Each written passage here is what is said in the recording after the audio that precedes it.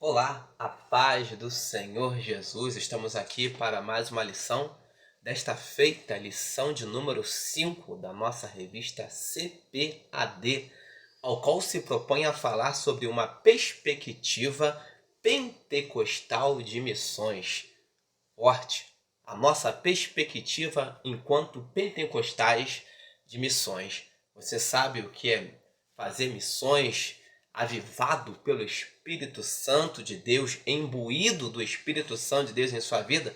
Quando estamos cheios, nós queremos que outras vidas também se encham. Esta é uma característica de um servo que serve ao Senhor de uma maneira pentecostal. E hoje, você, caro irmão pentecostal, tem vivido de maneira a querer inflamar a sua vizinhança, de maneira a inflamar o seu local de trabalho, de maneira a inflamar os seus amigos com a palavra, com o evangelho do nosso Senhor Jesus?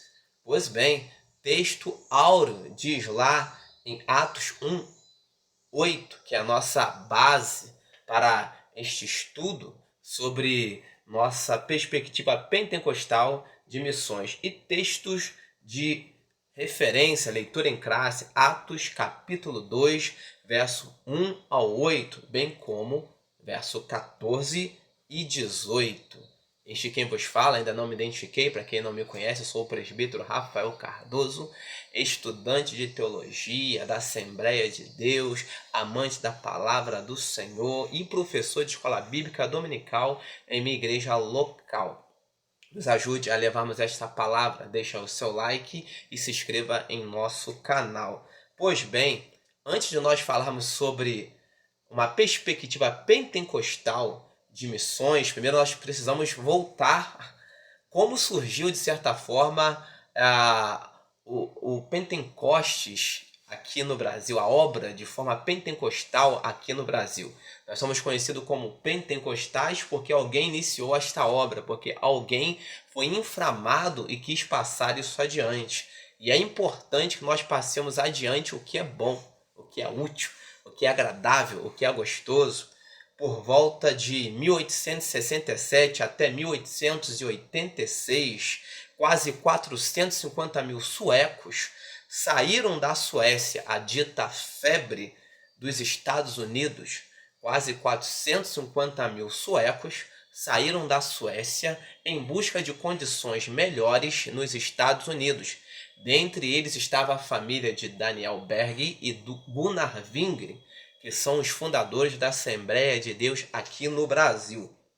Os dois se conheceram aproximadamente por volta de 1909 em Chicago. Tiveram experiências profundas com Deus. Gunnar Wingren era um pastor batista sueco, era um pastor batista. Já Daniel Berg, ele trabalhava um serviço secular, mas ambos foram inflamados pelo Espírito Santo.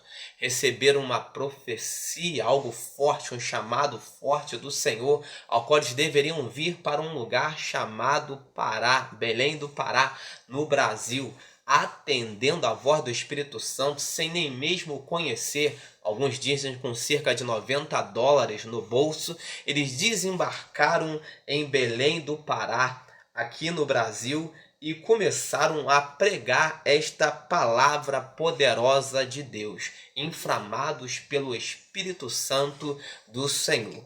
E o que ocorreu após isso? Hoje estamos no ano de 2023, já eles começaram aí a obra da Assembleia de Deus propriamente dita no Brasil em 18 de junho de 1911. E hoje nós estamos em 2023 e somos uma das maiores igrejas desta nação. Temos milhões de servos do Senhor, assembleanos, que servem ao Senhor nesta nação. E somos conhecidos por sermos pentecostais e fazemos missões, fazemos a obra do Senhor. Mas antes de nós falarmos sobre fazer esta obra pentecostal, primeiro devemos entender o que é ser pentecostal. Pentecostes foi um evento que ocorria lá em Israel, Israel antigo, poderíamos assim dizer, ao qual os discípulos esperaram por cerca de algum tempo uma confirmação de Deus sobre suas vidas. Eles ficaram reunidos no cenáculo e foram cheios do Espírito Santo e com fogo. A partir daí, ninguém segurou mais Pedro. Pedro começou a falar com ousadia. Pedro começou a falar com autoridade. Os discípulos começaram a falar com a autoridade da palavra de Deus, porque estavam cheios de poder. Então nós podemos entender que um crente pentecostal é um crente cheio de poder. Ou a priori deveria ser cheio da unção, cheio de poder, cheio de autoridade. Então logo nós entendemos que um crente pentecostal é alguém que tem ligação direta com Deus. Logo, se ele tem uma ligação direta com Deus, se isso é bom para ele, ele vai querer que esta coisa boa seja passada para outras pessoas, vai querer proclamar Cristo, vai querer pregar Cristo, vai querer, de certa forma, colocar na vida do outro que ainda não conhece essa mensagem, o Senhor Jesus. E é isto que nós devemos fazer enquanto pentecostais. Se é bom para nós, devemos passar adiante. Se é gostoso para nós, devemos querer que outras pessoas sintam o gosto desse algo tão bom que é servir ao Senhor de forma pentecostal. E antigamente, vamos notar que a mensagem era muito simples. Nós, assembleanos, podemos dizer com propriedade que a mensagem era muito simples. Os pregadores não tinham tanta eloquência como tem hoje. Os pregadores não tinham tantos cursos de teologia como tem hoje. Os pregadores não tinham tanto conhecimento como nós temos hoje. Mas a mensagem era: Jesus Cristo salva, cura, liberta, batiza com o Espírito Santo e leva para o céu. Era uma simplicidade danada e almas se convertiam porque viam na vida destes homens e dessas mulheres de Deus poder. Alguém pregava e os demônios eles eram expelidos. Alguém pregava e pessoas enfermas eram curadas. Alguém pregava, né, e as pessoas choravam, vinham até o altar do Senhor chorando de tanto poder e tanta unção que tinha na vida de alguém. Esta é a mensagem pentecostal. Ela é uma mensagem baseada no poder.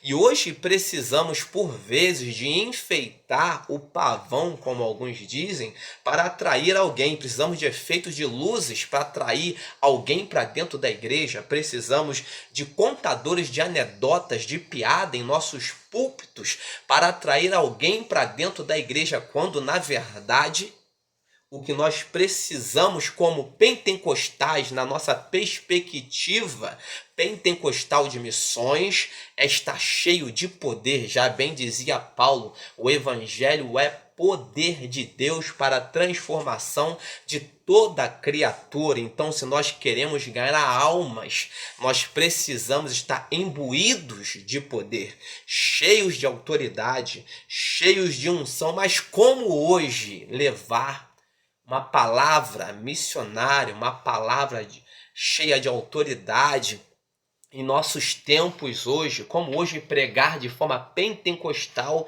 de forma a atrair almas para o reino? Se nós não incentivarmos os nossos jovens a orar, não haverá poder para pregar esta palavra. Se não incentivarmos nossos jovens a ler Bíblia, ler palavra, não haverá poder para ministrar esta palavra. Note bem que num culto de oração, por vezes, nós vemos 1, 2, 3, 4, quando muito 10 pessoas querendo orar. E num culto de louvor nós vemos 1.000, 2.000, 3.000 pessoas ali presentes. Então nós vemos que há uma discrepância enorme entre pessoas que buscam e pessoas que querem apenas um entretenimento. Como levar uma palavra pentecostal, como levar numa perspectiva pentecostal uma obra missionária se não há quem busque poder? Nós, assembleanos, somos conhecidos ou fomos reconhecidos por sermos homens e mulheres cheios de poder. As ditas mulheres que por vezes tinham marcas em seus joelhos porque oravam, as mulheres do círculo de oração, os homens cheios de autoridade, cheios de poder de Deus, que pregavam com muita unção, às vezes falando tudo errado, mas falando tudo certo, teologicamente falando, olhando para a Bíblia, falavam tudo certo e as pessoas se convertiam porque viam nestas vidas poder. Então hoje, a grande comissão para nós pentecostais é buscar o Senhor de novo, com toda a unção, com toda a autoridade, voltarmos para a oração, voltarmos para a palavra, voltarmos para o que de fato interessa. Gunnar Wingren e Daniel Bergen chegaram aqui com $90, mas chegaram com algo mais precioso, chegaram cheios da unção, cheios do poder. Então, como fazer esta obra numa perspectiva pentecostal? Vivendo o Pentecostes em nossas vidas. Em que sentido? Buscando autoridade, buscando poder. E quando temos isso, não tem diabo que segura, não tem inferno que segura, não tem ninguém que não possa ficar comovido com a mensagem, porque quando ela é cheia de poder, cheia de unção, o Espírito Santo ele vai e a palavra nunca volta vazia. Então, antes de nos revestirmos de teologia, antes de nos revestirmos de conhecimento, tudo isso é muito bom e necessário para os dias de hoje. Precisamos primeiro nos revestir de Deus, que é todo o conhecimento que o homem precisa ter em sua vida. Tem gostado dos nossos conteúdos? Tem gostado? Então se inscreva em nosso canal, deixa aí o seu like, nos ajude a levarmos esta palavra de forma pentecostal, de forma avivada, com unção para quem precisa ouvir. Que Deus abençoe sua vida rica e poderosamente em Cristo Jesus.